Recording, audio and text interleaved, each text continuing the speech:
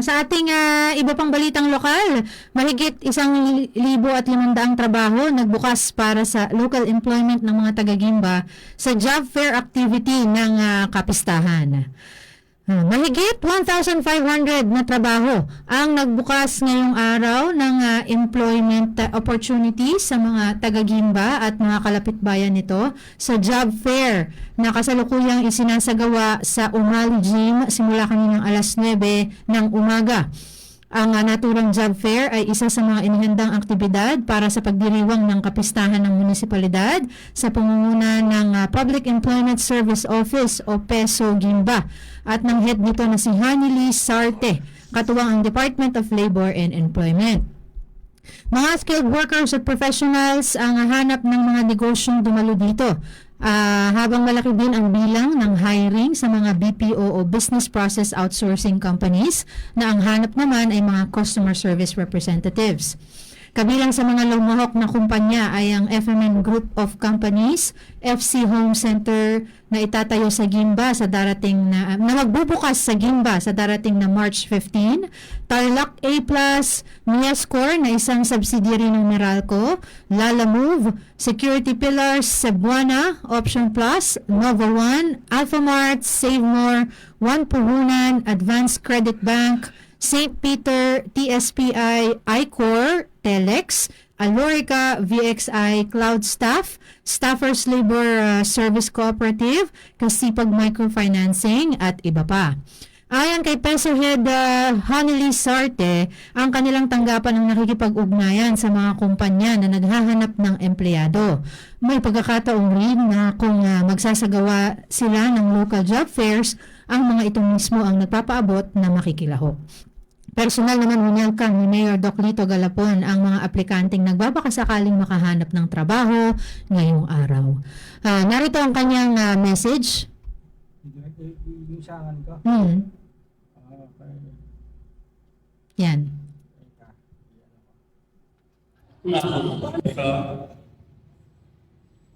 Ma'am Fanny Glenn Sarte, sa mga participating companies, maraming salamat sa pagpunta rito at sa inyong lahat. Magandang umaga. Anyway, maraming aplikante. Mostly Gimba niya siguro, no? O may mga ibang tagabayan. May ibang tagabayan dito? Meron? Ayun, at least may namang bayan. Kasi open naman ito, hindi lang Gimba, pwedeng iba't ibang bayan ang umattend dito sa ating job fair. Kaya nga sana kayo lahat nag-apply ay matanggap sa trabaho ng gusto ninyo. At ako ay naniniwala na yung mga apply ninyo na trabaho ay qualified kayo. At sa ganon, ang pinag-aralan ninyo na matagal na panahon ay magamit ko naman sa pusunong pangarap na magkaroon ng magandang trabaho. Ano? At ako'y nananawagan at mga kababayan pa at ang mga hapon pa naman ito.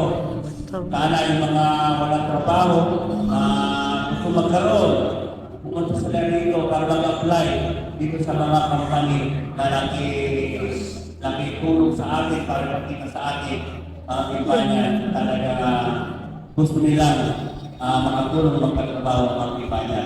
Patulad ito ng ating wag-itin ko na lang dito para kaya sa kanila itong DSR. So mga ilang kaya naman ang na matatanggap dyan? Meron yung ilang mga nakausap kong mga companies na nandun, iba-iba eh. Meron daw silang mga hina-hire on the spot. Na after nilang ma-assess, kasi hindi lang naman HR ang mga nandyan. Siyempre yung recruitment nandyan din para at the same time na ini-interview, kinitingnan mo din yung personality no ini-interview nila. So katulad yung Miascore na subsidiary ng Meralco, sabi nila na meron silang mga hina-hire on the spot na agad-agad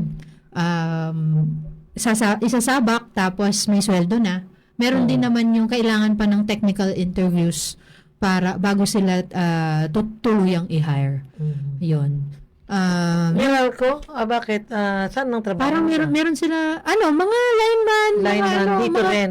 skilled at saka professional. Naghanap nga rin sila ng Hindi, pero saan nila accountant. dadalhin? Dito, Nueva Ecija. Meron yung iba training, yung iba tinitrain sa Ortigas daw. Merong mga tinitrain sa Ortigas. Tinanong ko nga sa kanila Kasi tayo neko to eh. meron pa yan, sa Gapan ata sila. Meron yata Meron doon. sa Gapan. Sabi ko, kasi private company yan, tawag dito, tinanong ko nga sila kung paano po yung mga, hindi naman dito sa Gimba, walang kakayahan na mag-travel, papuntang Maynila para lang makapag-training. Nagpo-provide ba kayo ng mga quarters para sa kanila?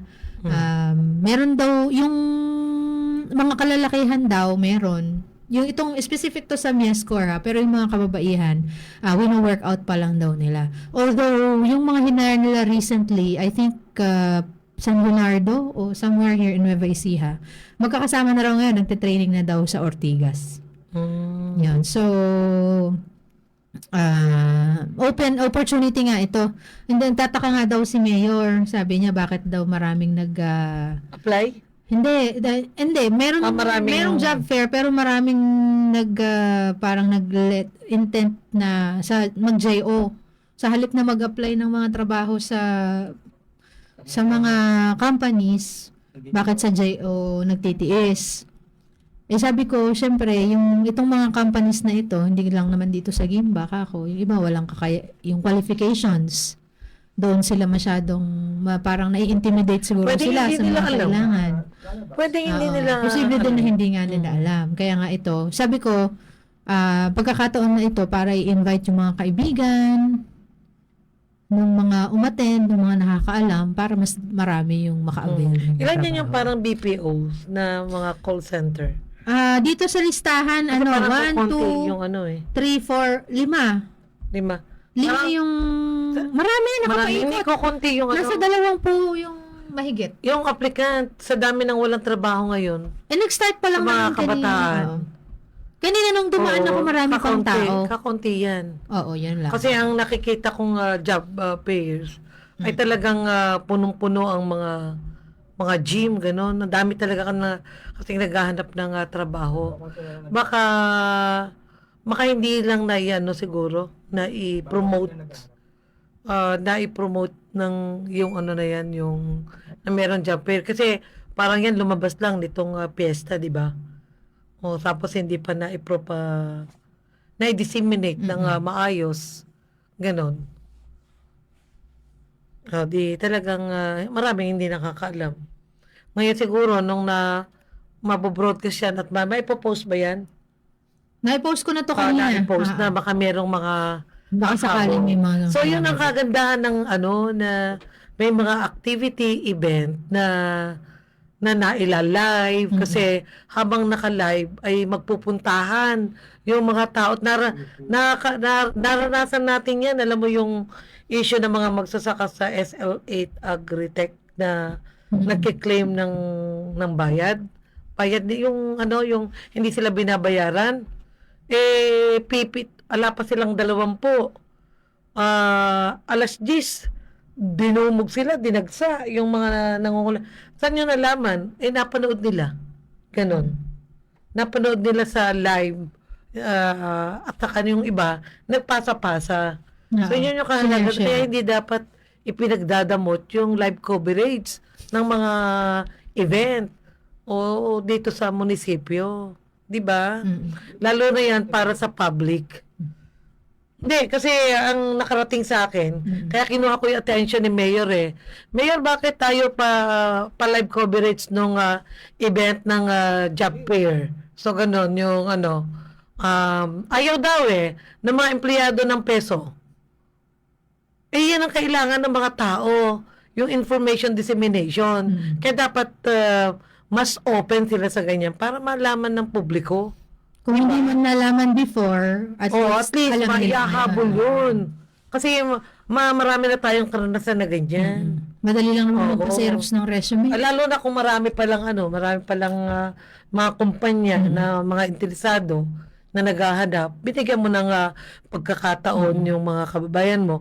Sagot kasi ang sagot ni Mayor, sumagot naman agad, ayaw Hindi siya may ayaw. Ayaw ng peso, ng mga tauhan ng peso. Anyway, nangyari na yan. Pero I think ang suggestion ko naman dito, no, bukod dun sa pagla-live. Kaya Ay, walang live coverage kanina. Oo. Pero nakapag-video naman Oo. Oo, yan. Tayo. At na-post ko din yung mga pictures at yung willing naman kasing magpa-photo yung mga Mga companies. company. Oo, doon. Gustong-gusto na, libreng ano na yan Tapos, libreng promotion. I think siguro ang isa sa mga pwedeng gawin dyan, hindi lang isang araw ng job fair, siguro mga 2-3 araw. Para magkaroon din ng Pagtuloy-tuloy. pagkakataon yung mga yung iba na, for example, hinalate or hindi nakapagdala talaga ng nila sa alam. resume. Kasi hindi mo rin masisi itong mga ito na wala ding kakayahan na magpa-print ng 100 resume. For example lang ang pipiliin nila yung kung saan sa tingin nila makakapag-apply sila at makakakuha sila ng trabaho. Pwede yung nilang applyan yung halimbawa kung 20 yun, mag-apply sila sa 5. Oo. Diba? Magkakaroon sila ng chance. Yun nga, pagpasok ko kanina, yun kaagad ang bungad sa akin na wag na daw i-live at wag na daw i-video pero pwedeng mag-picture. Sabi ko bakit kaya? Pero inalaw naman yung coverage, although yun nga pagka ganun kasi na nakikita na actual na nagkakaroon ng job fair at live, may engganyo yung mga May engganyo, marami. nanonood, lalo na hindi naman marami din tayong followers naman. In fairness naman. Kung gimba't-gimba pag-uusapan, At ang purpose natin ang dyan, highest viewers pa rin naman na binibisita ang mga Facebook ay yung radyo natin. at ang purpose natin dito, hindi naman para manuligsa naman lagi. Ay, gusto rin nating tumulong pagdating Para sa info ma-promote. dissemination. Lalo na yan kasi ang makikinabang niyan publiko Oo. Kaya dapat niyayakap nila yung nila Correct. nang maayos yung trabaho nila at saka yung paano nagsaserve sa publiko. Siya. Kaya Speaking of kaya dun sa mga opisina na Huwag ka agad. haharangin ka agad. Huwag i-stop ka agad. Para ako may malaki kong doon ni question. Bakit ka mo? Isang question ko, bakit anong ayaw niyong malaman ng publiko? Ganon. Kasi ang media kumakatawan sa publiko. Wala naman siguro. Oo. Kasi Ano job ayaw fair niyong na lang malaman? naman kasi yun. Bakit At, picture job lang? application Ayaw niyong lang. marinig? Ano yung ayaw niyong paalam? Diba? Hindi ko lang Hindi specific pinaparticular dito. sa peso. Oo. Okay, sige. Isa pang public service.